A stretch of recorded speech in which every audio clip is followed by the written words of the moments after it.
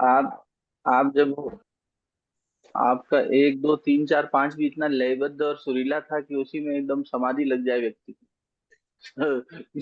शरीर आसन से समाधि तक सीधी यात्रा।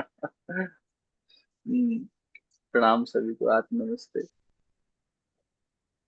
आइए गायत्री महामंत्र गुरु मंत्र करते हैं साथ साथ। मोह का प्रसंग चल रहा है। मोह सकल व्याधिन कर मूला। मोह ही सभी व्याधियों का मूल है।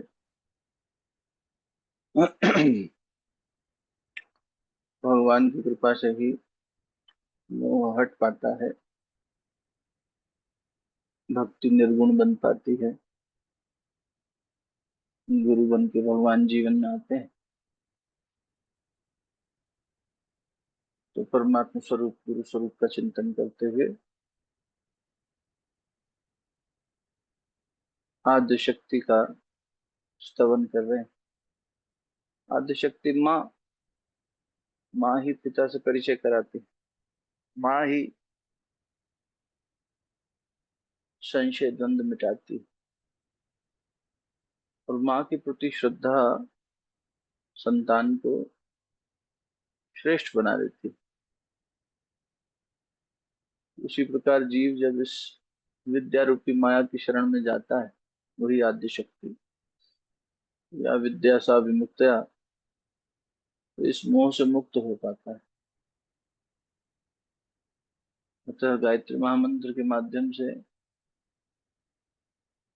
बंधन हारिणी, बंधन का हरण करने वाली आदि शक्ति का चिंतन करेंगे। पितृपक्ष की पावन वेला चल रही है, अतः अपने पितरों को, परिजनों को, जिनकी असीम अनुकंपा से, श्रद्धा से, जिनके प्रति हमारी जब बढ़ती है, तो वो हमें आशीर्वाद, संरक्षण, पोषण, मार्गदर्शन प्रदान करते हैं। जिनके माध्यम से ये जीवन, ये शरीर प्राप्त हुआ, ये संस्कार प्राप्त हुए, जीवन मूल्य प्राप्त हुए, उन पितृगणों को, पूर्वजों को भी नमन करते हुए गायत्री महामंत्र और गुरु मंत्र के माध्यम से सभी को अपनी श्रद्धा अर्पित करेंगे। ओम भूर्भुवः स्वः तत्सवितुर्वरेण्यं भर्गो देवस्य धीमहि धियो यो नः प्रचोदयात्। ओम गुरुर्ब्रह्मा गुरुर्विष्णु गुरुरेव महेश्वरः, गुरु साक्षात् परब्रह्म तस्मै श्री गुरुवे नमः। अखण्डमण्डलाकारं व्याप्तं येन चराचरं तत्पदं दर्शितं येन तस्मै श्री गुरुवे नमः। अखण्डानन्दबोधाय शिष्यसन्तापहारिणे सच्चिदानन्दरूपाय तस्मै श्री गुरुवे नमः। अज्ञानतिमिरान्धस्य ज्ञानाञ्जनशलाकया चक्षुरुन्मीलितं येन तस्मै श्री गुरुवे नमः। ध्यानमूलं गुरुर्मूर्तिं पूजामूलं गुरुपदं मन्त्रमूलं गुरुर्वाक्यं मोक्षमूलं गुरुकृपा। मातृवत् लालयित्री च पितृवत् मार्गदर्शिका, नमोऽस्तु गुरुसत्तायै श्रद्धा प्रज्ञायुताशया।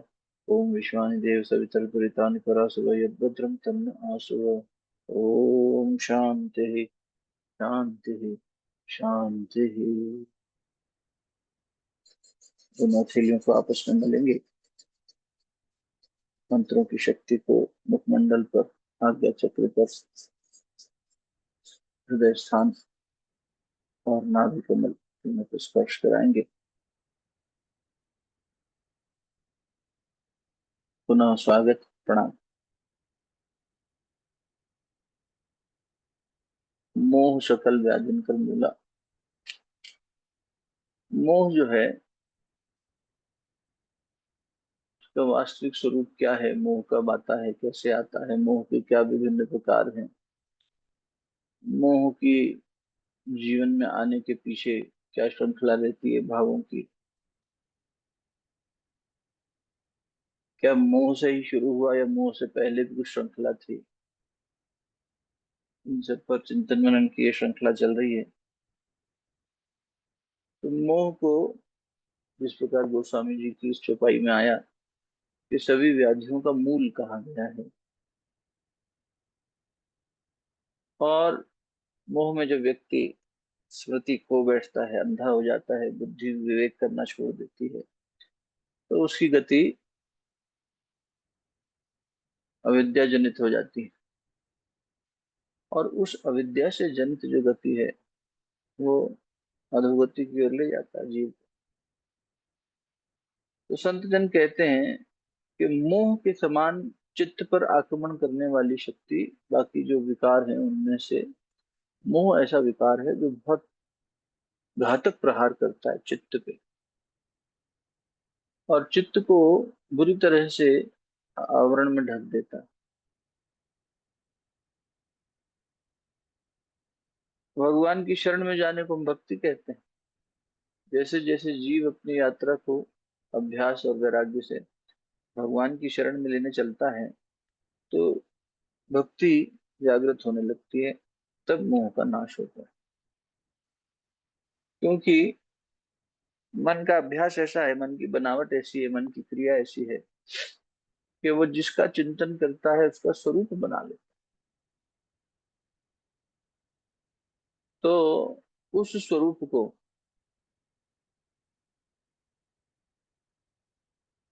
इतरत्र उसी क्षण में जिसका चिंतन किया वैसा स्वरूप बना लिया। अब वहां से मन हटाना और निराकार में लगाना या परमात्मा में लगाना, भगवान के स्वरूप में लगाना, बंधन मुक्त जो कर दे, ऐसी किसी आधार का चिंतन करना। तो गुरु का, भगवान का चिंतन करना।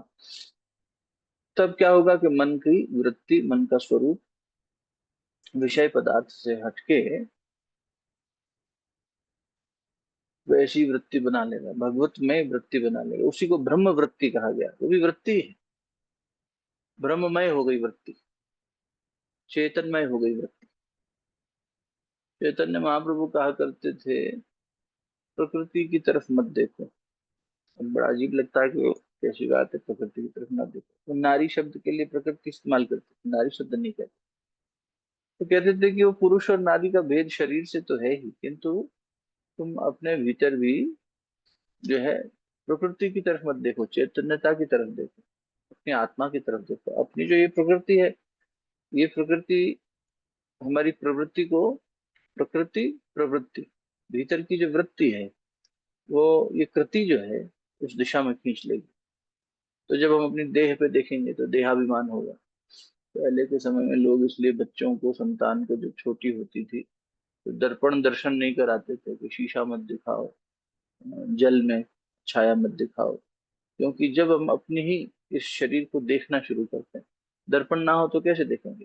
तो चेहरा तो बिल्कुल ही नहीं देख सकते। तो जब हम इसको नहीं देख पाते तो इसके प्रति हमारी आसक्ति भी कम होती। किंतु जैसे जैसे हम दर्पण में स्वयं का प्रतिबिंब देखने लगते हैं, हम प्रतिबिंब को सत्य मान बैठते हैं। दर्पण में हम नहीं है, किंतु दर्पण में दिखने वाली छाया को हम स्वयं मान बैठते हैं। अगर वो हम होती तो हमारे हटने के बाद भी वहां रहते। दर्पण के आगे जब हम गए तब छाया वहां आई, किंतु वो आभासित सत्य है। और उस आभासित सत्य को हम इतना ज्यादा प्रगाढ़ता से मोह के कारण, अज्ञान के कारण सत्य मान लेते हैं कि उसी में हमारा चित्त ठहर जाता है और हम देहाभिमानी हो जाते हैं। तो वृत्ति सारूप्यम इतरत्र, जैसी वृत्ति होगी वैसा स्वरूप बन जाएगा, है ना। मन के वर्तने को वृत्ति कहते हैं। मन जो वर्तन कर रहा है, किस चीज में वर्तन कर रहा है, गमन कर रहा है, बरत रहा है, उसे हम वृत्ति कहते हैं। तो संत कबीर कहा करते थे कि मन रूपी चोर इंद्रियों के माध्यम से संसार में बरत रहा है। तो हे जीव, ये तेरी बुद्धि का, तेरी चेतना का हरण कर रहा है। बुद्धि में चेतना स्थित है। बुद्धि उस चेतना में स्थित रहकर जब निर्णय लेती है तो सही दिशा में, श्रेष्ठ दिशा में चल पाती है। आसान और सही में से सही का चयन कर पाती है। दो धर्मों में से श्रेष्ठ धर्म क्या है, इसका चयन कर पाती है। तो निर्णय करना तो बुद्धि का कार्य है। लेकिन यही बुद्धि विपरीत हो जाती है कब? जब विनाश काल होता है। और विनाश काल कैसे उत्पन्न हुआ? विनाश काल विपरीत बुद्धि, तो वो ऐसे उत्पन्न हुआ कि मनुष्य अपनी मन के वश में आ गया और मन इंद्रियों के वश में आ गया, इंद्रियां पदार्थों के विषय में उसमें वश में आ गई। तो इस प्रकार ये पूरा गति जो है अधोगति हो गई, ऊर्ध्वगमन की जगह अधोगमन हो गया, नीचे की ओर गति हो गई, है ना। अब जैसी गति वैसी मति।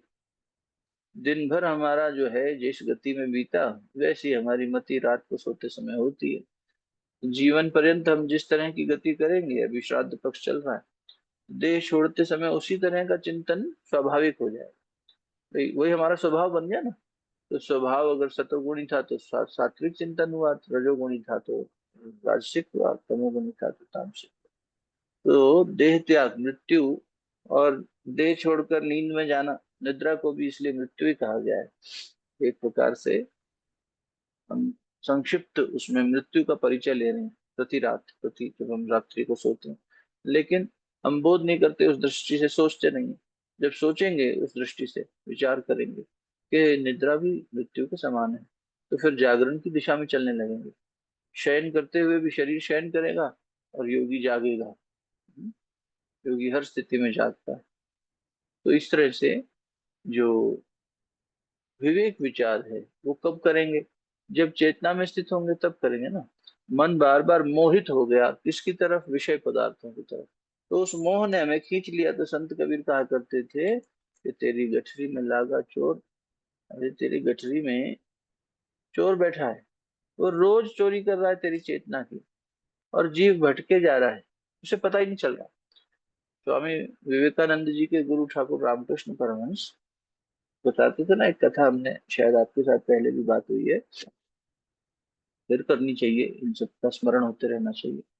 कि एक मछुआरा जब जाल फेंकता है तो चार प्रकार की मछलियां होती हैं। एक तो उस जाल में फंसती नहीं, वो नाव के पास आ जाती है। वो वहां जाल फेंका उसने दूर, तो वो बहुत समझदार होती है, पहले ही अपने स्थान परिवर्तन कर लेते हैं। तो ये जीवन मुक्त आत्माएं हैं।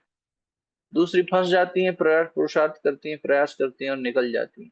जाल बाहर खींचे उससे पहले ही जाल से बाहर आ जाती, नदी में चली जाती। तीसरी बोले वो प्रयासरत होती हैं लेकिन छूट नहीं पाती। चौथी बोले चौथी अज्ञानी होती है, उन्हें पता ही नहीं होता कि वो जाल में फंसी। तब तक नहीं पता चलता जब तक जाल खींच नहीं जाता। हमें पता ही नहीं है कि हम मोह रूपी जाल में फंसे। और जैसे ही मृत्यु इसको खींचती है जीवन के प्राणों को, तो उस समय पर भी जीव एकदम मोहग्रस्त रहता है। अपने कुटुंबीजनों को, अपने शरीर को छोड़ना नहीं चाहता है, क्योंकि जीवन पर्यंत इसका चिंतन ही नहीं किया जाता। तो ये स्वभाव बना ही नहीं।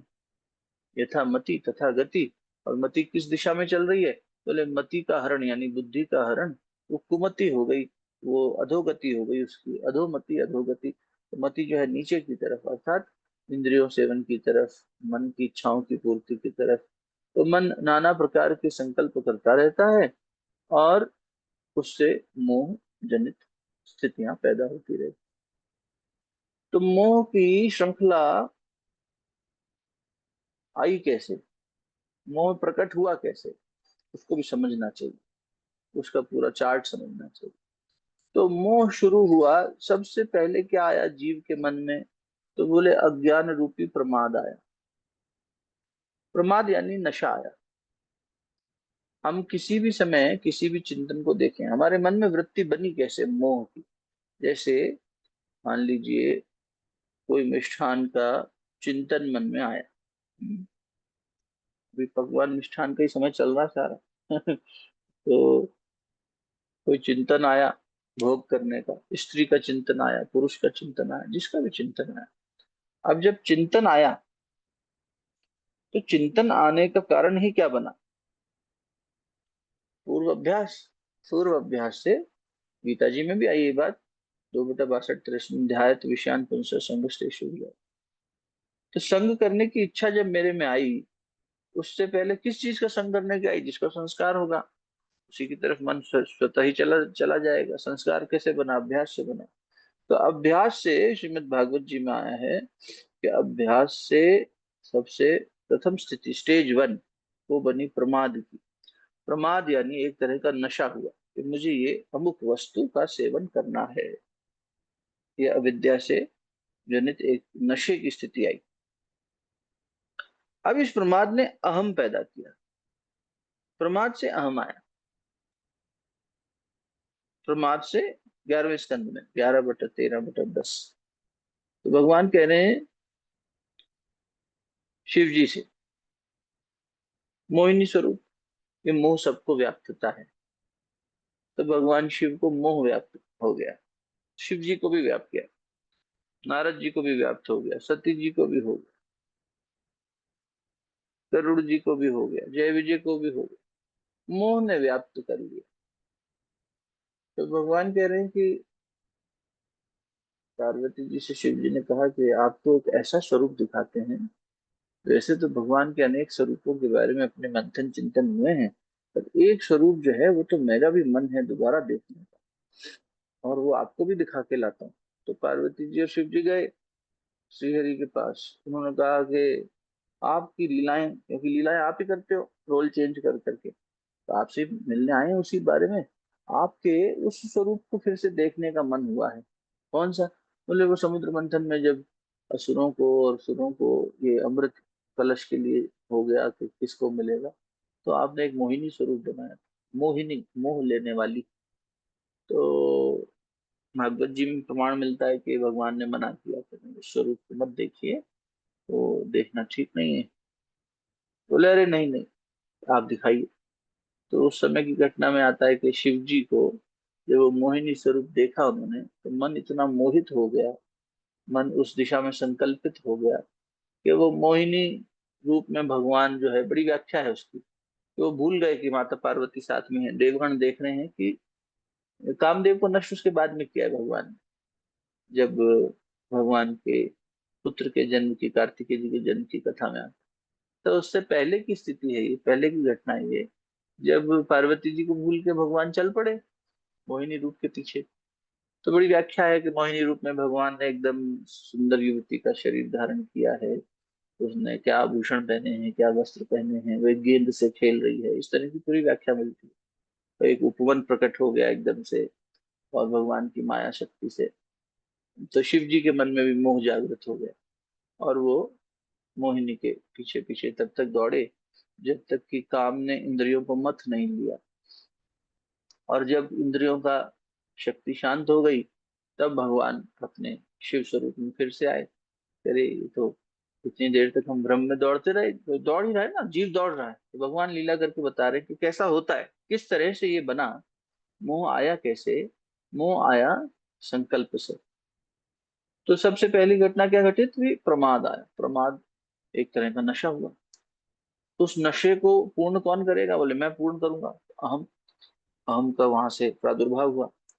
अहम मानी अन्यथा बुद्धि, एक तरह से जो बुद्धि भगवान में लगती वो अन्यथा लग गई, इस अहम भाव में लग गई, मैं में लग गई, इस शरीर में लग गई, उस काम को पूर्ण करने में लग गई कि भोगने वाला मैं हूँ, ये अन्यथा बुद्धि हो गई, भोगता मैं हूँ।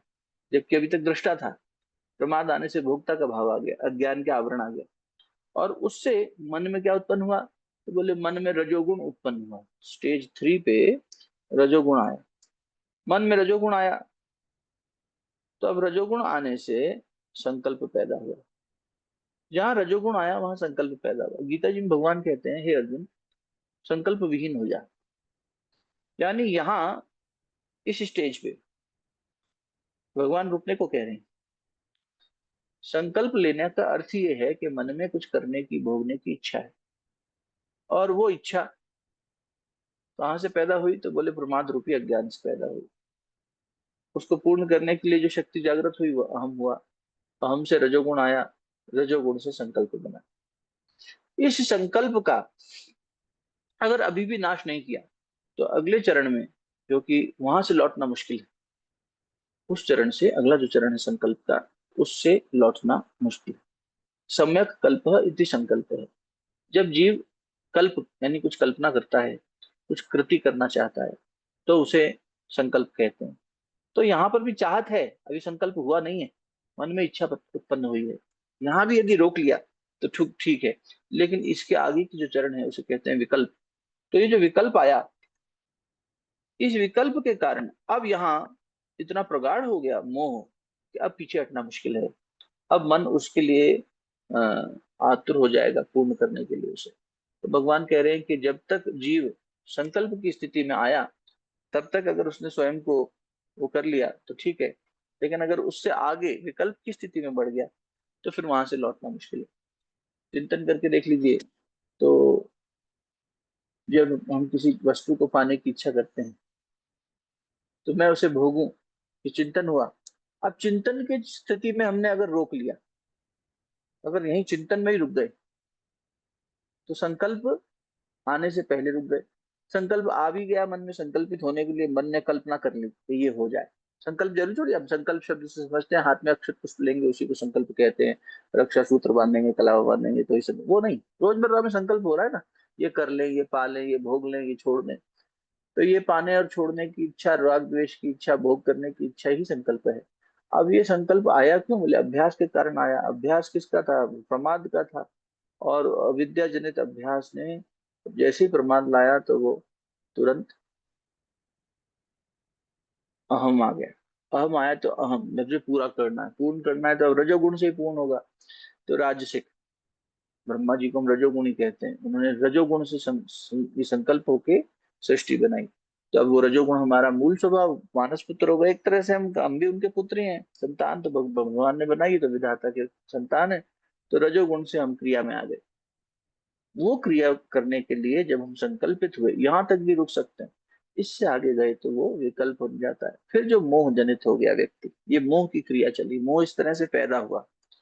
अब ये जो मोह पैदा हुआ, अब जैसे इसको यूं समझो कि ऐसी घटना आपने कभी सुनी होगी कि बिजली का झटका खा के, तेज बिजली का झटका खा के किसी व्यक्ति की मृत्यु हो जाए। तो उसकी प्रक्रिया इतनी तेजी से घटित होती है, तेज बड़ा जोरदार झटका हो, ट्रांसफार्मर के पास चढ़ा हुआ कोई व्यक्ति, खड़ा कोई व्यक्ति तेज बिजली खा जाए, तो वो इतनी तेजी से घटित होती है कि ये कहना मुश्किल है कि कब क्या हुआ। और उसका अंत कैसे होता है? अंत इस प्रकार होता है, संत जन कहते हैं कि जब वो व्यक्ति को बिजली का झटका लगता है तो विद्युत, आपको पता है कि इसमें लिक्विड मीडियम में तेजी से दौड़ती है। तो शरीर में रक्त है, कोशिकाओं में भी प्लाज्मा है, तो वो एकदम उसे खींच लेती है, सुखा देती है, बिजली के झटके से एकदम सुखा देते हैं ना, और शरीर नीला पड़ जाता है। जब उसमें कुछ भी इस तरह से लिक्विड मीडियम नहीं रहता तो बिजली का झटका उस शरीर को छोड़ देता है। विद्युत उसके सारे शरीर के रस को चूस लेती है, और फिर जब वो रस विहीन हो जाता है, काष्ठ के समान हो जाता है, लकड़ी के समान हो जाता है, तो उसे छोड़ देती है। इसी प्रकार काम रूपी विद्युत रजोगुण पर सवार होकर जीव की इंद्रियों के रस को खींच लेता है, मथ देता है और उसे चूस लेता है। और जब वो शुष्क हो जाता है काष्ठ के समान, अब इंद्रियों में और कोई रस नहीं रहता, तब वो अपना जो प्रभाव है उस प्रभाव को छोड़ देता है, ढीला कर देता है। अब क्योंकि उसके पास उसमें कुछ रस बचा नहीं, तो काम ने जितना रस खींचना वो खींच लिया। अब विद्युत के लिए वो शरीर काम का नहीं है, तो विद्युत छोड़ देती है, तो व्यक्ति मृत्यु हो जाती है। इसी प्रकार हमारा भी जो अविद्या है उसके कारण ये मोह आया, और मोह ने हमारा सारा रस खींच लिया। अच्छा, व्यक्ति इस भ्रम में जी रहा है कि वो इंद्रियों से जो रस ले रहा है उसे रस आ रहा है, तो इसलिए उसकी कामना समाप्त नहीं हो रही। अगर उसे बोध हो जाता तो फिर तो वो छोड़ देता। लेकिन अविद्या का आवरण ही कुछ ऐसा है कि जिस चीज से हमें रस मिल नहीं सकता, उसी वस्तु से बार बार रस की कामना करके, इसलिए संत जन उदाहरण देते हैं कि जिस प्रकार हड्डी को मुंह में चबाते हुए कुत्ते को ऐसा प्रतीत होता है कि वो रसीली है, और वास्तव में उसी के जबड़े से खून निकल रहा होता है, तो वो उसको चबाता रहता है, ये अंदर रस आ रहा है, लेकिन वास्तव में रस नहीं है, वो अपना ही रक्त है।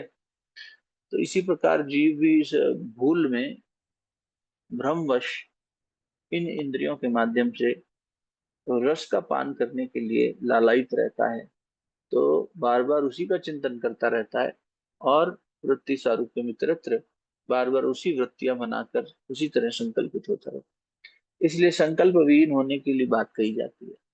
तब तक मोह नहीं आएगा जब तक संकल्पित नहीं हुए। मोह है लेकिन प्रकट नहीं होगा, वहां तक रुका जा सकता है, तब तक वो मनसा स्थिति में है, वाचा कर्मणा में नहीं आया। तो जहां मनसा स्थिति में, मानसिक स्थिति में है, वहीं तक रोक लो उसको। गुरुदेव कहा करते थे कि बेटा संसार में विषाक्तता अभी असुरत्व इतना ज्यादा है कि हर व्यक्ति के जीवन में, सांसारिक व्यक्ति के जीवन में आत्महत्या की कामना या शरीर का नाश कर देने की कामना या ये सब सांसारिक कामनाएं आती आती हैं। और संतों के जीवन में भी ऐसा है कि बहुत बार नकारात्मक चिंतन आ जाता है, विषाद घेर लेता है, कामनाएं घेर लेती हैं। तो ऐसे में हमारे पास भी जब बेटा नकारात्मक चिंतन आता है तो हम वहीं रोक देते हैं उसको, वहीं पर रोक दिया, आगे बढ़ने ही मत दो। अभी देखिए क्या है हमारा इंद्रियों की स्थिति, हम भक्ति तो कर रहे हैं, हम भक्ति के कर्मकांड भी कर रहे हैं, आयोजन भी कर रहे हैं, लेकिन सत्यता यहाँ भी खड़ी है, अपनी अपनी मूल्यांकन के विषय का वस्तु है ये, इसमें एक दूसरे को तो क्या ही कहें कि जब हमारा विषय का चिंतन होता है तो इंद्रियां भोग में स्वतः ही चली जाती है ना, स्वभाव ही उनका ऐसा हो गया है, बड़ी सहज तरीके से स्वाभाविक हो गई। जैसे भोग करने की इच्छा हुई तो अगर भोजन का भोग है तो रसना, दर्शन की इच्छा हुई तो आंखों से देखना, यानी उन्हें देखें, उनकी तस्वीर देखें, उनका वो देखें, इस तरह से वीडियो करें, उनसे बात करें तो उनका देखने का भाव है ना, दूर है तो ऐसे ही रस देखेंगे। श्रवण की बात हुई तो मन स्वतः ही स्वाभाविक श्रवण इंद्रिया, क्या कहा, एकदम से ऐसे खड़ा हो जाएगा। तो इंद्रिय इतनी, हमारी इंद्रियां इतनी अभी सबल हैं कि जैसे ही मन में वृत्ति आई उसी समय वो उस दिशा में चला गया। मोह जनित वृत्तियां है ना ये, तो तुरंत मोह ने वहां खींच दिया, सारी चेतना को, बुद्धि को हरण कर लिया, चेतना को हरण कर लिया, और वो उस इंद्रिय के साथ लग गई, संकल्पित होके भोग करने के लिए। तो मनुष्य बार बार भोग कर रहा है ना, जननेंद्रिय से भी भोग कर रहा है, उसको शुकर भोग कहा गया। शुकर यानी सुअर। मल मूत्र मालूम है कि पुरुष का शरीर, स्त्री का शरीर मल मूत्र का केंद्र है, क्या है इसमें, कुछ भी नहीं है। अभी 2-4 दिन पहले हम एक अ, मनुष्य शरीर की संरचना के बारे में गोपा जी को बता रहे थे एक पुस्तक के माध्यम से। तो उसमें हड्डियों का ढांचा पूरा दिखाया हुआ था, स्कल और ये सब, चेहरे का सब हड्डियों का ढांचा ही तो है। उसके ऊपर मांस लगा के भगवान ने एक सुंदरता बना दी शरीर की। तो गोपा बोली हम वास्तव में ऐसे दिखते हैं? बोले हाँ ऐसे ही दिखते हैं बेटा, ये कंकाल ही तो है, इसके ऊपर ये लगा हुआ है बस शरीर, बाकी तो ये अंदर से सबकी हड्डियां ऐसी दिखती हैं। वो मलमूत्र का शरीर है। अब ये मलमूत्र के शरीर को हम जान रहे हैं, लेकिन जब कामना आई भोगने की तो स्वतः ही इंद्रियां उस दिशा में चल पड़ी, प्रतिक्रिया आ जाएगी इंद्रियों में। जब भक्ति में ऐसा स्थिति आ जाए तब समझना चाहिए कि उससे पहले तो सब या तो नाटक चल रहा है या फिर प्रारंभिक अवस्था कह लें भक्ति की, कि जब हम राम कहें और हमारी रोम रोम में राम के भाव जगे, ऐसा हो रहा है क्या? लेकिन हम काम कहें और कामना के चलते हमारी जिस तरह की कामना है उससे जुड़ी हुई इंद्री तुरंत सक्रिय हो जाती है। लेकिन जब राम कह रहे हैं तो ये अपना अपना मूल्यांकन करने की बात है। इसी से समझ में आ जाएगा कि हमारी भक्ति अभी कहाँ खड़ी है, क्योंकि ये इसके बिना आएगा नहीं, छूटेगा नहीं ना मोह। तो भगवान भक्ति मतलब कहीं जुड़ना, जो विभक्त नहीं होता उसे भक्त कहते हैं। जब लगना था जगत का तब लग भक्ति ना हो। लगन पूर्वक हम जब अपने मन को कहीं लगाते हैं तो मन अभी कहाँ लगा हुआ है, तो बोले मन लगा हुआ है इंद्रियों में। और मन जब इंद्रियों में लगा है, विषय वस्तुओं में लगा है, वहां मोहित हो रहा है, तो इंद्रियां सक्रिय हो रही, ठीक है, ये क्रिया है। तो वही क्रिया और प्रतिक्रिया जब भगवान का चिंतन होता है तब सहज से, सहजता से हो जाती है क्या, उतनी तुरंत हो जाती है क्या, ये देखना चाहिए। साधक को अपना मूल्यांकन करना चाहिए। जब उतनी द्रुत गति से, जिससे हम संसार की तरफ दौड़ रहे हैं, उसी गति से मन हमारा भगवान की ओर दौड़ जाए, उनका चिंतन होते ही, उनका स्मरण होते ही, उनका श्रवण होते ही, तब समझे कि भाई ये तो अब बराबर हुई बात। नहीं तो अभी तक तो पलड़ा सांसारिकता का ही भारी है, देह का ही भारी है, देही का नहीं। देह अभी बहुत भारी है, देह जो है हमारी इंद्रिया ये खींच ले रही है हमें। इसी को भगवान ने दूसरे अध्याय में कहा था कि अर्जुन, स्थित प्रज्ञा की इंद्रियां भी इतनी प्रबल होती है कि कब उसे उस प्रज्ञा की स्थिति से खींच के नीचे ले जाए, है ना। और हमारी तो स्थित प्रज्ञता ही नहीं पहुंची अभी, हमारी तो बुद्धि रोज हरण हो रही है, बहुत रोज इसका हरण हो जाता है, रोज ये अहिल्या की तरह जड़ हो जाती है। अहिल्या को इस दृष्टि से देखना चाहिए कि वो हमारी माता अहिल्या क्या है, हमारी बुद्धि है, बुद्धि हमारी माँ है, अभी सही दिशा में चला दे हमें। मन की माँ है ये, मना ईशा इति मनीषा, मन की मालकिन है ये मनीषा, अर्थात बुद्धि। तो अहिल्या को जब श्राप मिला तो प्रश्न यही किया उन्होंने गौतम ऋषि से, मेरा क्या दोष है, इंद्र ने मुझे छला। तो उन्होंने कहा कि इन्होंने छला, ये छल पाए, तुम मेरे साथ रहती हो इतने समय से और तुम अभी भी मुझे पहचान नहीं पाई, मेरी उपस्थिति को, सही गलत को जान नहीं पाई।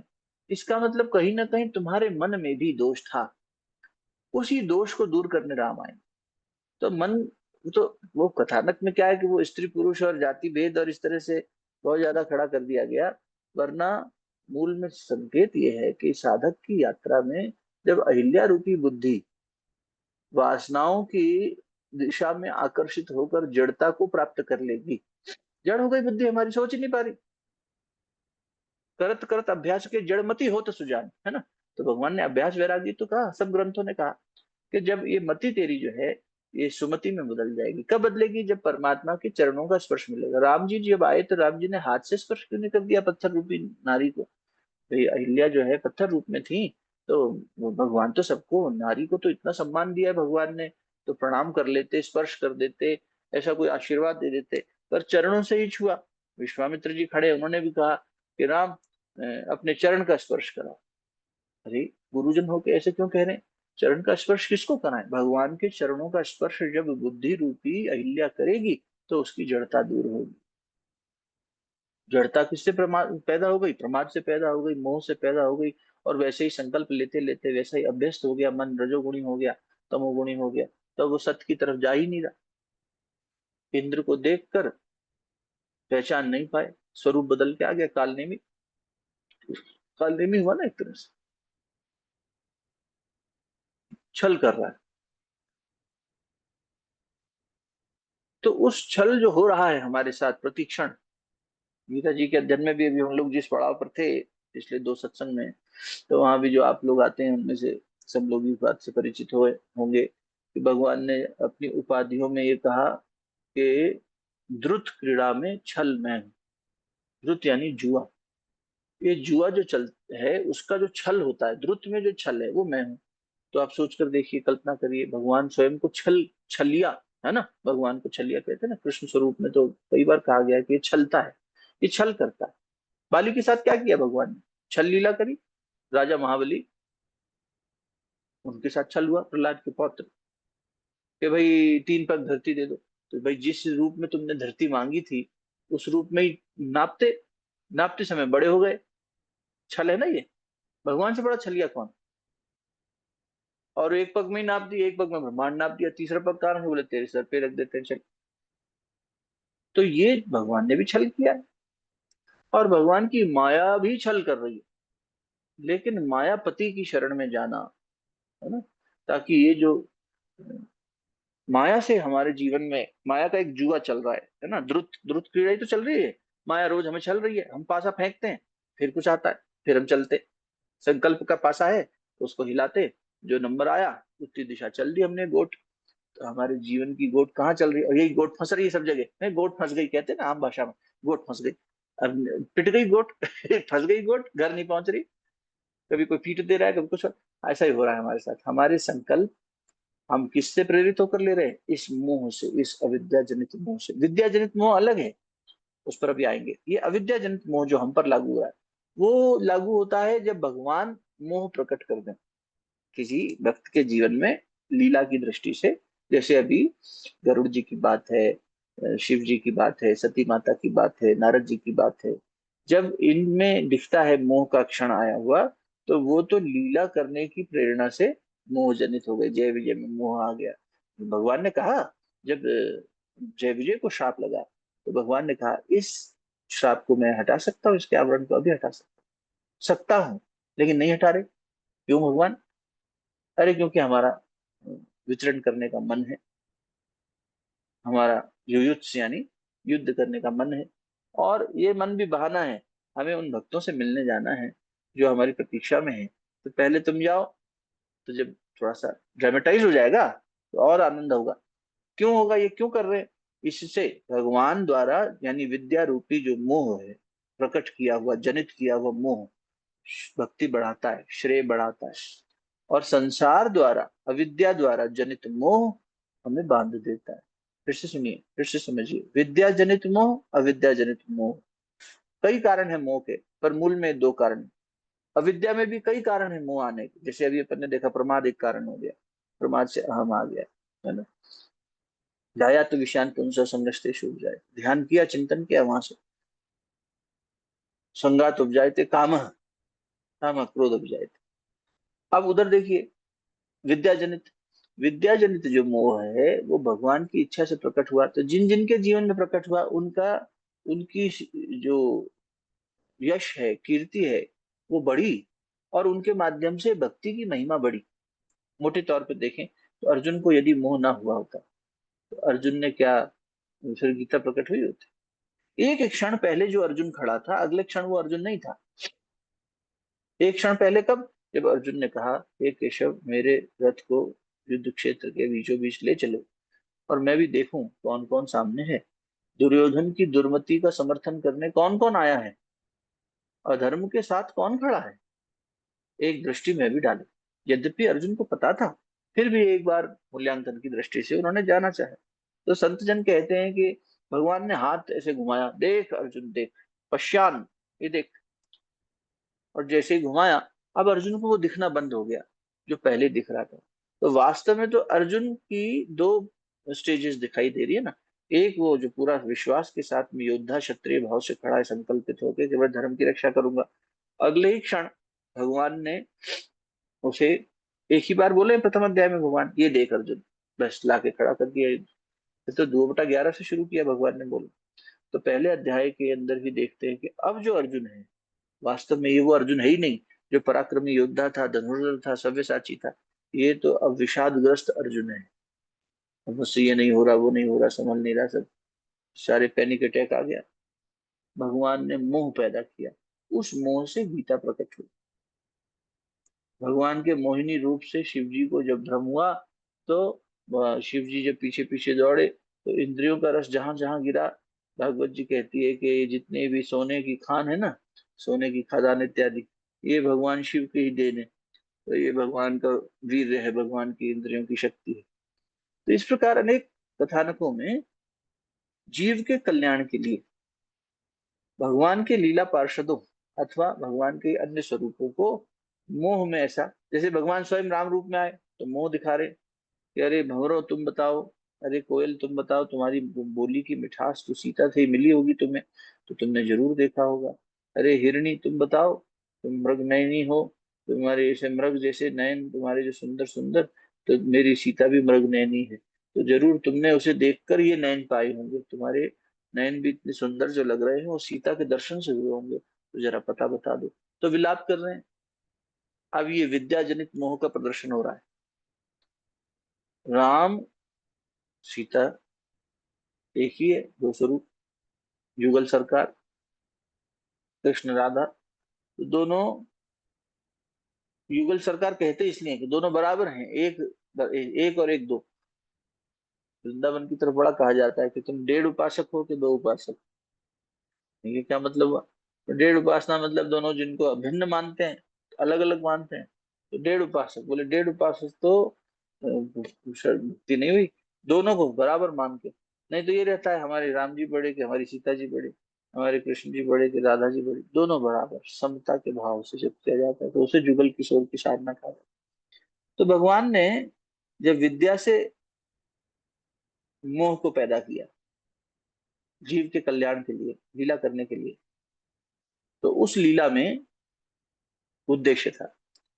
किंतु हमारे साथ जो हो रहा है अविद्या में फंसकर, वो कोई लीला नहीं है, वो हमारा तमस, हमारा प्रमाद है। प्रमाद यानी तमोगुण।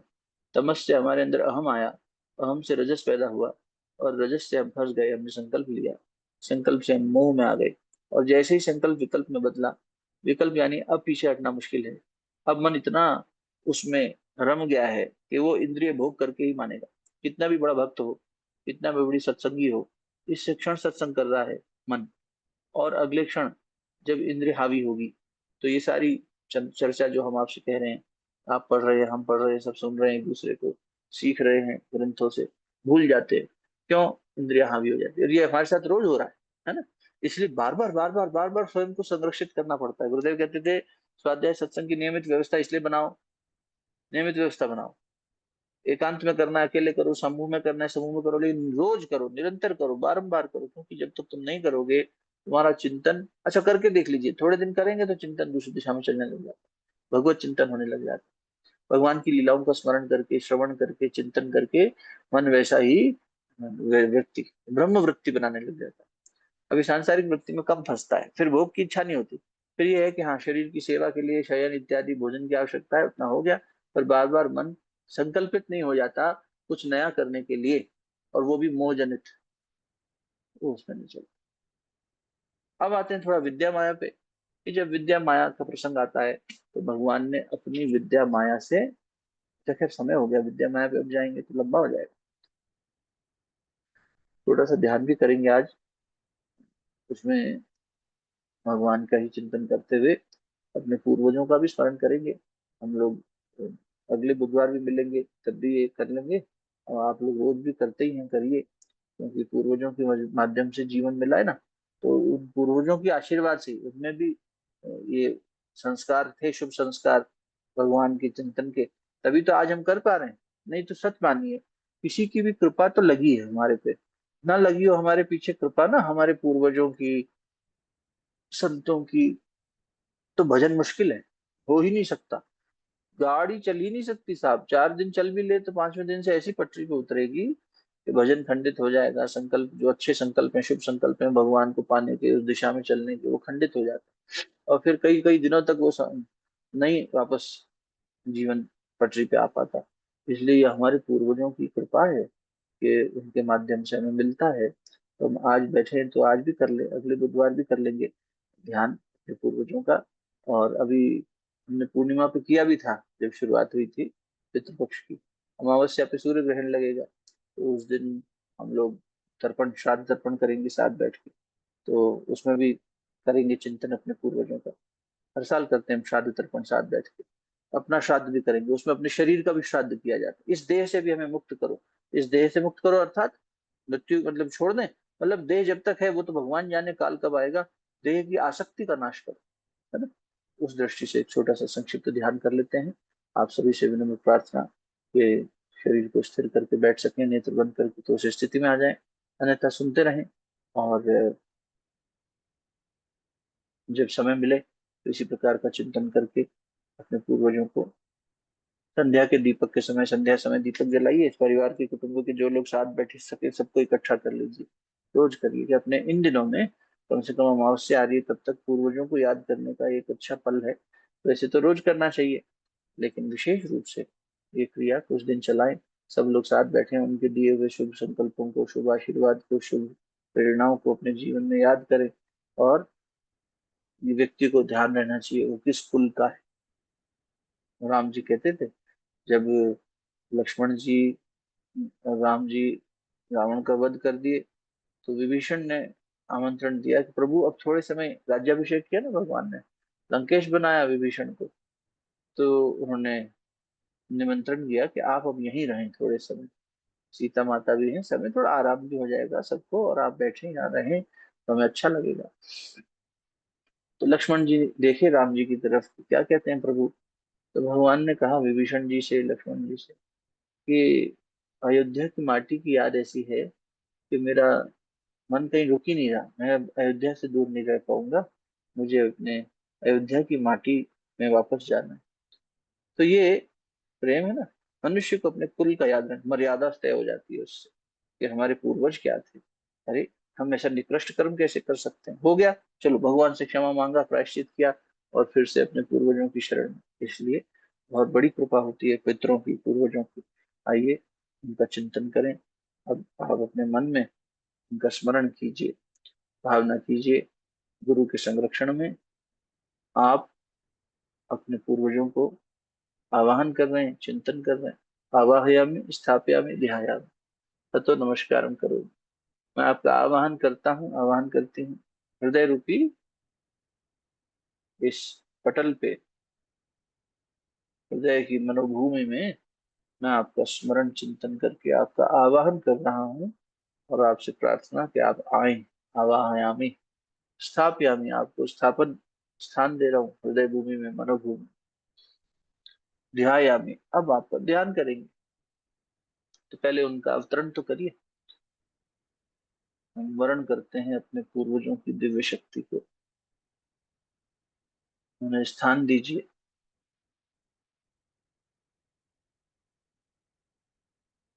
प्रकाश पुंज के रूप में अवतरित होते हुए पूर्वजों के दिव्य शरीर,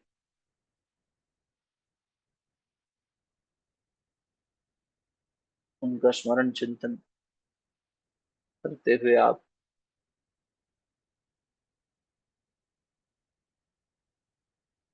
उनके साथ बिताई हुई स्मृतियों को याद कीजिए। आप जिनका भी चिंतन कर रहे हैं, विशेष रूप से मन उनकी ओर खिंच जाता है। दिवंगत माता हो, पिता हो, और पूर्वज हो, भाई बंधु हो, सखा हो।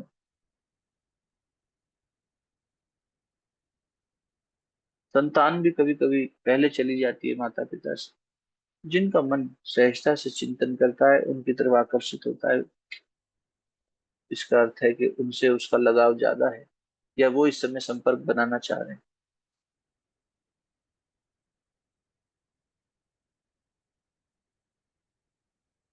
उन्हीं की स्थापना, उनके साथ बिताई हुई पलों की स्मृतियां, उनके जीवन की श्रेष्ठता को याद करेंगे कि जीवन की क्या श्रेष्ठता है, क्या अच्छाई है, उसका चिंतन करें।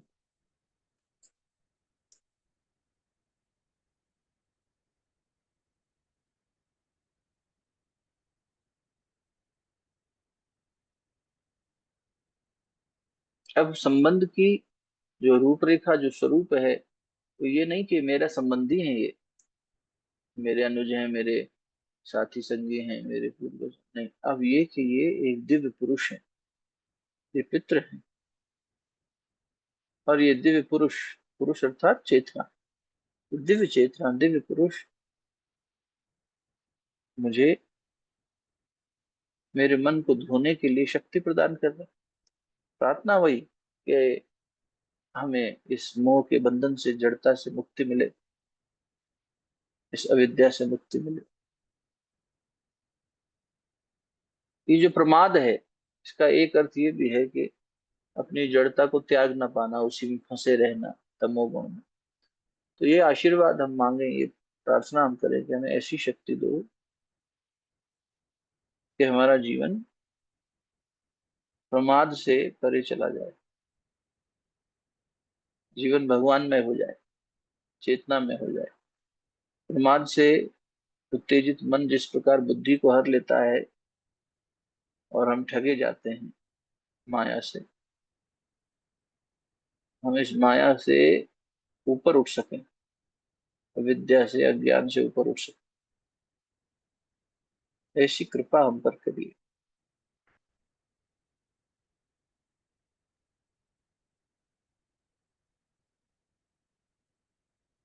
ऐसी करुणा हम पर बरसाइए।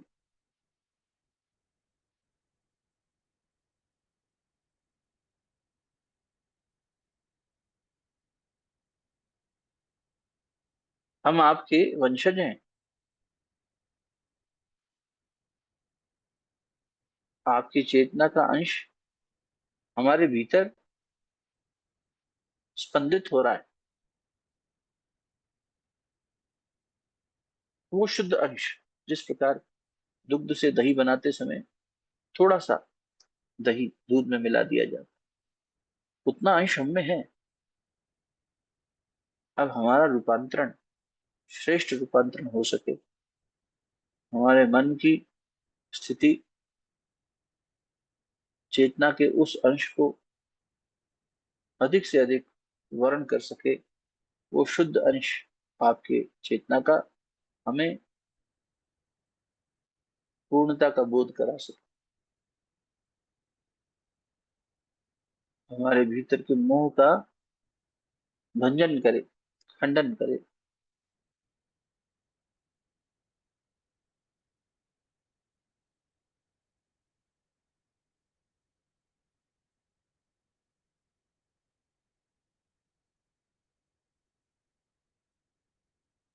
जिस व्याधियों में हम इस मोह के कारण, अज्ञान के कारण फंसे हैं, उन व्याधियों का नाश तभी हो सकता है जब हम इस चेतना को, जिसे हमने आपसे प्राप्त किया है, उसे अधिक से अधिक वर्ण कर सकें, उसके प्रकाश में जीवन को जी सकें। यदि हम अपने पूर्वजों से कहें हमारे कष्ट हर लो, हमारी व्याधियां दूर कर दो, कर भी देंगे, प्रेम वश करुणावश कर देंगे, लेकिन हम फिर फंस जाएंगे। तो ऐसा समाधान मांग के भी क्या लाभ जो क्षणिक हो।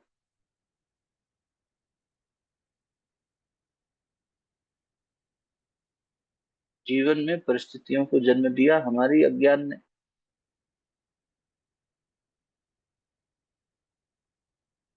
पीड़ा हमें कौन दे रहा है? हमारी कर्म फल।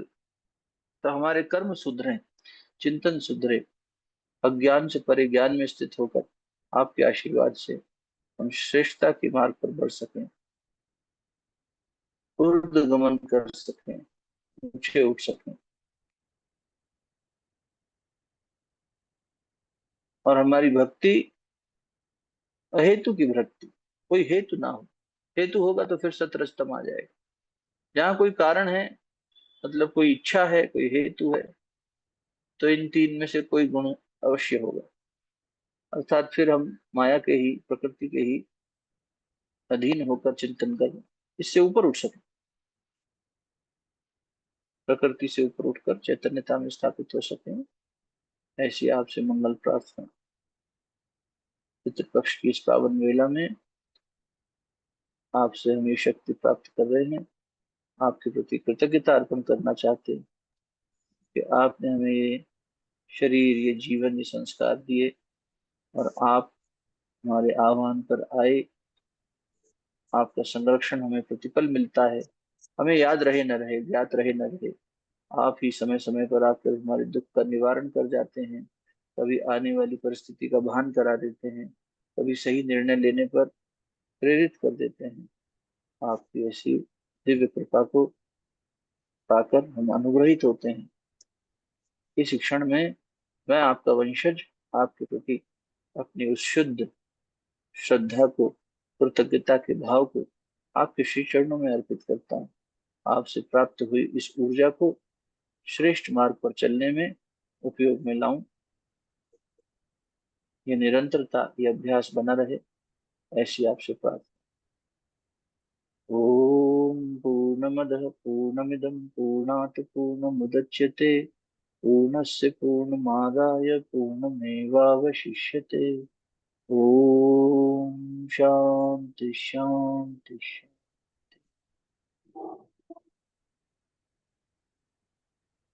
भावना करें, प्रकाश पुंज के रूप में, प्रकाश स्वरूप जिन पूर्वज का आपने चिंतन किया, उनका प्रकाश सर्वत्र जैसे सूर्य का प्रकाश में मिलते हुए एक उजाला कर रहा है। इस भाव से उनका ये सूक्ष्म शरीर विलीन हो गया, फिर उसी परम सत्ता में हमारे आह्वान पर आया। अब उसका हमने विसर्जन सा कर दिया, मन ही मन। उनकी भावनाओं को, उनकी शक्ति को अपने अंदर स्थापित करके सभी अपनी पूर्णता को प्राप्त करें, हम भी अपने पूर्णता के बोध में जी सकें। ऐसी मंगल प्रार्थना हमने शांति पाठ के माध्यम से करी। ध्यान के क्रम को यहाँ पर समापन पर लेकर आएंगे। दोनों हाथ जोड़कर कण कण में व्याप्त परमात्मा को नमन करेंगे। ओम नमोस्तनंताय सहस्रमूर्तये सहस्रपादाक्ष शिरोर्भावे सहस्रनाम्ने पुरुषाय शाश्वते सहस्रकोटि युगधारिणे नमः। अच्छे से दोनों हथेलियों को आपस में मलिए। ध्यान द्वारा प्राप्त ऊर्जा को मुखमंडल पर स्पर्श कराइए, अनाहत चक्र और नाभि कमल पर स्पर्श करें। मुखमंडल आज्ञा चक्र का केंद्र है। आज्ञा चक्र मतलब चिंतन। हमारा मन में चिंतन अच्छा चले, बुद्धि सही निर्णय ले पाए। हृदय क्षेत्र भाव का क्षेत्र है, हमारे भाव भी सद्भाव हों। और कर्म हमें, हमारी जो नाभि से पूरा शरीर मिला है ना, तो कर्म इंद्रिय ऐसी से बनी। तो नाभि से इसलिए हम स्पर्श कराते हैं कि हमारा चिंतन, हमारे भाव और हमारे कर्म तीनों शुद्ध रहे।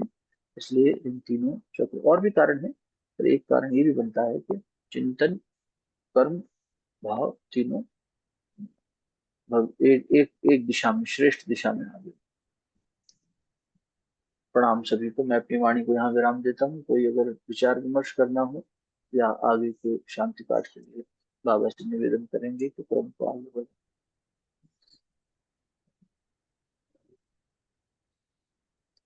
किन्हीं का कोई विचार या भैया संशय या जिज्ञासा हो? जी।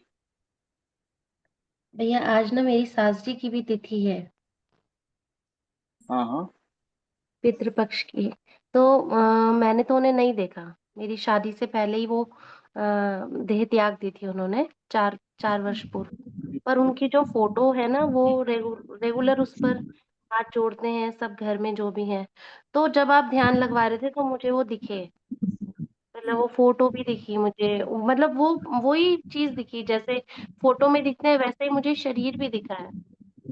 मुझे हम्म। ऐसा अनुभव सा हुआ है कि वो आए हैं। और वो जो आपने वो सूर्य वाली बात बोली ना, कि सूर्य भगवान की किरण के साथ ही हम वो जा भी रहे हैं, मुझे ये सारी चीजें दिखी ध्यान में।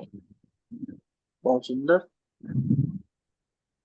और मैं रोई भी हूँ, पता हाँ नहीं तो क्यों, वो उनका आंसू आशीर्वाद भी है। निकल रहे।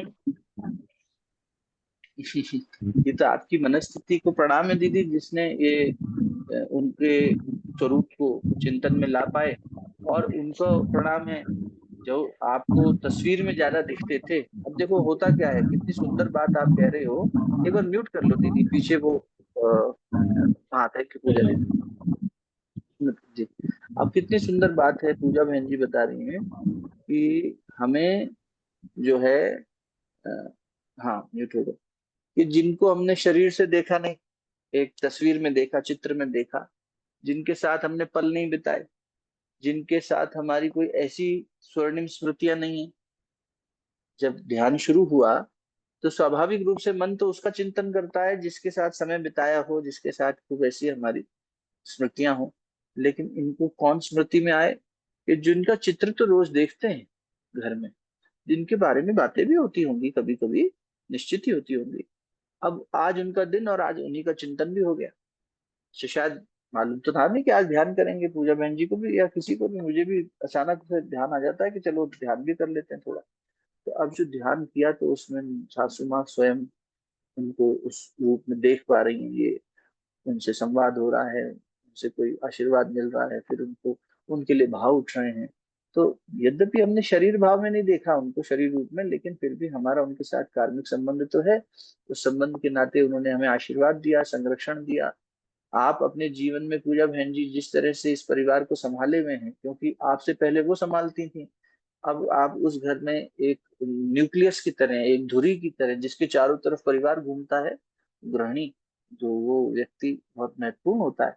तो आपने एक तरह से you are stepping into her shoes, है ना।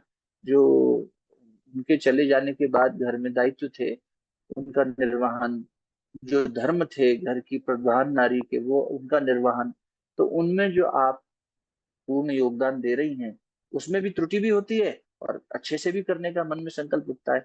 तो ये अपनी अपनी यात्रा में हम मूल्यांकन करें तो हमारे पूर्वज हमें वही शक्ति देने आते हैं। ये एक तो आशीर्वाद कि बेटा तू बहुत बढ़िया कर रही है, जैसा मैं एक बहू से कल्पना करती, अगर साथ होती तो तेरे को वैसे आशीर्वाद देती, वैसे तुझे प्रेम देती। लेकिन वो तो मैं नहीं दे पाई विधि के विधान के चलते। लेकिन मैं देख पाती हूँ कि तूने अच्छे से संभाला हुआ है। और आगे और अच्छे से कर सकें, जहां जहां कोई कमी रह जाती है उसके लिए शक्ति चाहिए, तो वो भी हमारे पूर्वज हमें देते हैं। तो आपके लिए एक सुंदर अनुभव ये रहा, मुझे ऐसा लगता है कि जिसमें आपको एक शाबाशी भी मिली और आपको और शक्ति भी मिली कि ये जो विशेष दायित्व घर की प्रधान नारी होने का आप निभा रही हैं, जो उनकी उपस्थिति में वो जैसे एक सास बहू का संबंध होता है, जहाँ सुंदर संबंध होता है, जहाँ समझदारी से निभाया जाता है, वहाँ एक दायित्व और दायित्व के साथ में और भी चीजें, सपोर्ट भी दिया जाता है, सब दिया जाता है। कहीं ना कहीं वो भी अगर नहीं है तो उनसे जो आपको स्थूल रूप में सपोर्ट मिलता वो नहीं मिला, वो सीख मिलती वो नहीं मिली। कभी आप उनसे पूछ लेते कि अरे माता जी ये कैसे करना, वो नहीं पूछ पाते। लेकिन वो देख रही हैं कि फिर भी अपनी तरफ से अपना श्रेष्ठ कर रही है, अपने सुसंस्कारों के चलते अच्छे सत्कर्म कर रही है, परिवार को साथ लेके चल रही है, आत्मा में विचरण कर रही है, इंद्रियों में विचरण कम है। तो उनको भी एक प्रसन्नता का भाव रहा होगा। उन्होंने आकर दर्शन दिए, ये एक अच्छी बात है। ऐसा दर्शन कभी कभी मिलता है और बहुत सुंदर होता है। तो आपकी चेतना को ये प्रसाद मिला, भगवान की कृपा से मिला, उनकी कृपा से मिला। तो उनको नमन, आपकी इस स्थिति को नमन जिसने वो संबंध समझ पाया, है ना। तो ये बहुत सुंदर रहा जी। जी इसके लिए तो आपको मन मिठास से भरा हुआ है, खूब आनंद में रहिए। और आज जी उनकी भैया, तिथि भी है, आपने उनको ध्यान याद कराया करके। तभी हुआ। नहीं नहीं, वो भगवान देखिए, वो तो उनकी और आपके बीच का ये था। मुझे और दूसरी बार आए हैं ऐसे ना। एक बार हाँ पहले हाँ आए थे तब इन्होंने मुझे सपने में मिठाई खिलाई थी।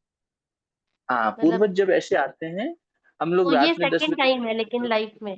हाँ, हम लोग जो रात में 10 बजे बैठ रहे हैं ना आजकल, तो विशेष रूप से इसी चर्च पे चिंतन है। तो इस तरह के प्रश्न उसमें हैं कि क्या पूर्वज किसी रूप में दिखें तो उसका कोई संकेत होता है, कोई अर्थ होता है। तो ये मुंह में मिठास डालना, मिठाई के रूप में आशीर्वाद देना, ये सब शुभ संकेत होते हैं कि हमारे पूर्वज हमसे प्रसन्न हैं। स्वप्न में आते हैं कई बार, पितृपक्ष में नहीं, अन्यथा भी आ जाते हैं। कभी ऐसा दिखता है कि वो दुखी हैं, वो भीख मांग रहे हैं, वो भूखे बैठे हैं, उनके तन पे कपड़े फटे हुए हैं, वो प्यासे हैं। तो ये संकेत करते हैं वो कि हम आपसे प्रसन्न नहीं है। प्रसन्न नहीं है का अर्थ ये हुआ कि भाई आप जो जिम्मेदारियां निभानी थी, जिस भाव से और जिस ईमानदारी से, ये नहीं कि हमारे प्रति आपने क्या किया क्या नहीं, वो बात नहीं हो रही। आप इस कुटुंब को जो हमने आपको बना के दिया, उसके साथ न्याय नहीं कर पा रहे। तो ऐसे संकेत भी मिलते हैं स्वप्न में, ध्यान में। आपको शुभ संकेत मिले हैं, इससे प्रमाणित होता है, ये संत जनों की वाणी है। उनका कहना है कि जब शुभ संकेत इस तरह से आते हैं कि वो मिठास दे रहे हैं, आशीर्वाद दे रहे हैं, मुस्कुरा रहे हैं, प्रेम का अभिसिंचन कर रहे हैं आपके ऊपर, तो ये अच्छी बात है। तो इसमें अब यही है कि अहम से बचना है हमें, है ना। हमें इधर मन बड़ा पाजी है, बहुत दुष्ट है, बहुत बदमाशी कर लेता है। तो ये बुद्धि हमारी बनी रहे, भ्रमित ना हो, मन वापस रजोगुणी ना हो, सतोगुण में है। उनका आशीर्वाद मिला है। जब आशीर्वाद मिला है तो ये भी मान के चलिए कि जहाँ कोई कृपा होती है, उस कृपा के साथ जिसको मिली उसको ये भाव होना चाहिए कि अहेतु की कृपा हो गई, हमारा तो नहीं किया हुआ था, इससे अहम बच जाएगा। और दूसरा, इसका अर्थ ये भी है कि अब जिम्मेदारी और बड़ी आने वाली है जीवन में, तो आने वाली परिस्थितियों में आपकी भी कुटुंब की अवस्था बदलेगी ना। कभी किसी का विवाह हो रहा है, कभी कोई नया साथी जीवन में आ रहा है, किसी बच्चे की शादी कर रहे हैं, किसी की शादी हो रही है, वो दूसरे घर जा रहा है। तो इस तरह से अब इस संस्कारों को आगे बढ़ाने और सुदृढ़ बनाने के लिए भी शक्ति दी जाती है। तो बस उस क्रम को बनाए रखते हुए हम अ, अहम से बचते रहे, उनको जी याद भैया। करते रहे। जी भैया। अंकुर भैया, शुक्रिया। अंकुर भैया, जी विनीता बोल रही हूँ।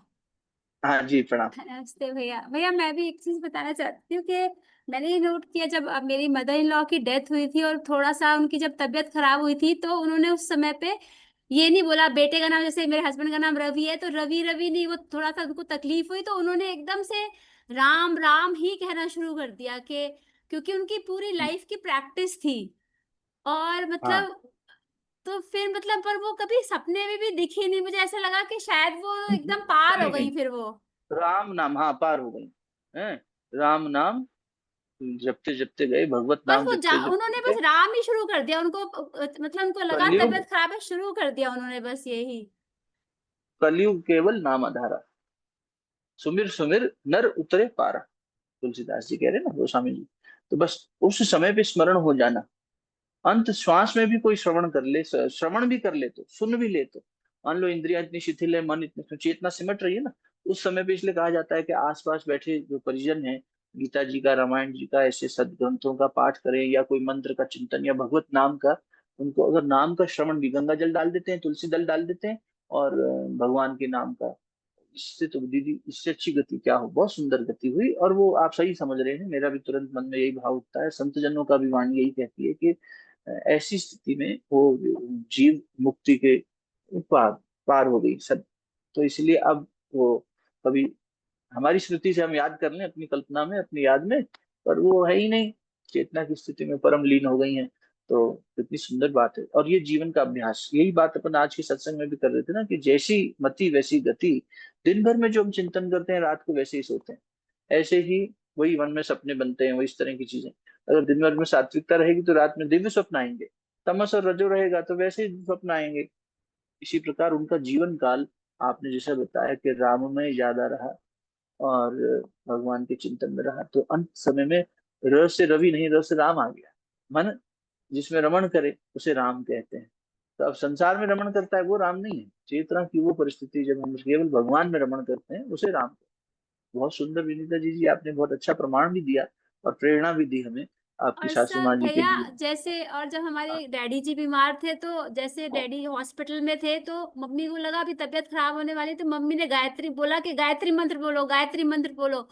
तो गायत्री मंत्र बोलते बोलते डैडी के प्राण गए। तो मम्मी को ऐसा लगा जैसे किसी ने जकड़ लिया एकदम, उनके गुरु की एक वाणी, उनको ऐसा लगा अरे ये तो आत्मा है, क्यों परेशान हो रहे, तो आत्मा है। मम्मी बताती है कि उनको स्पष्ट गुरु का ये शब्द सुनाई दिए कि ये तो आत्मा है। हम्म।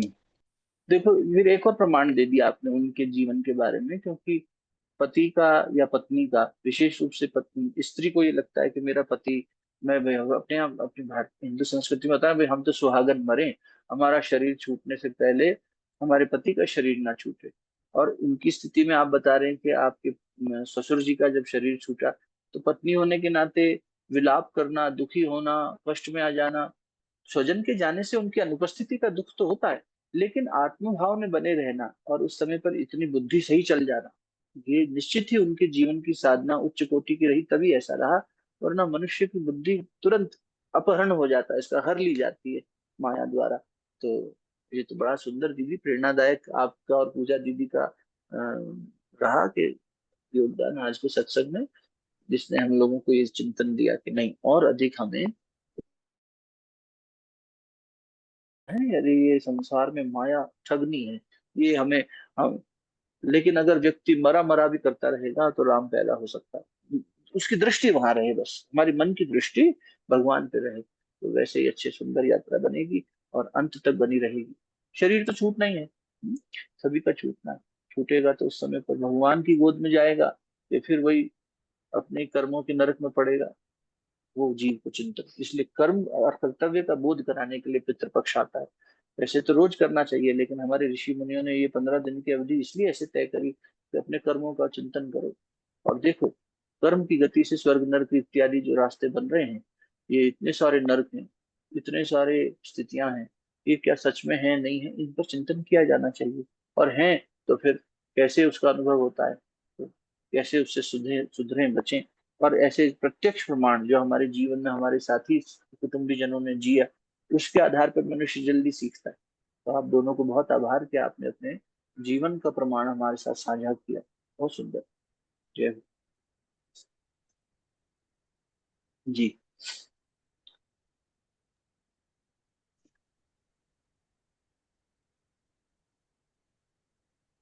तो आइए, मुझे लगता है अभी हम सत्र समापन की ओर ले जाना चाहिए।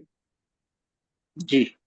बहुत बहुत धन्यवाद। हम आभारी हैं अंकुर भाई आपकी अमृतमय वाणी के लिए और हमें आत्मबोध करवाने के लिए। जो भी प्रश्न है ग्रुप में आप डाल सकते हो। तो आइए एक बार शांति पाठ कर कर सत्र को विराम कर देते हैं। ओम द्यो शांति अंतरिक्षगम शांति पृथ्वी शांति आपः शांति औषधयः शांति वनस्पतयः शांति विश्वे देवा शांति ब्रह्म शांति सर्वं शांति शांतिरेव शांति सामा शांतिरेधि। ओम शांति शांति शांतिर्भवतु।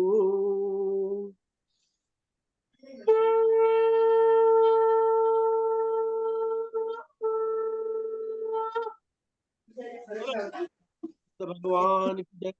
सत्संग आज के आनंद की जय। अंकुर भाई की जय हो। सारे विभू परिवार की जय हो।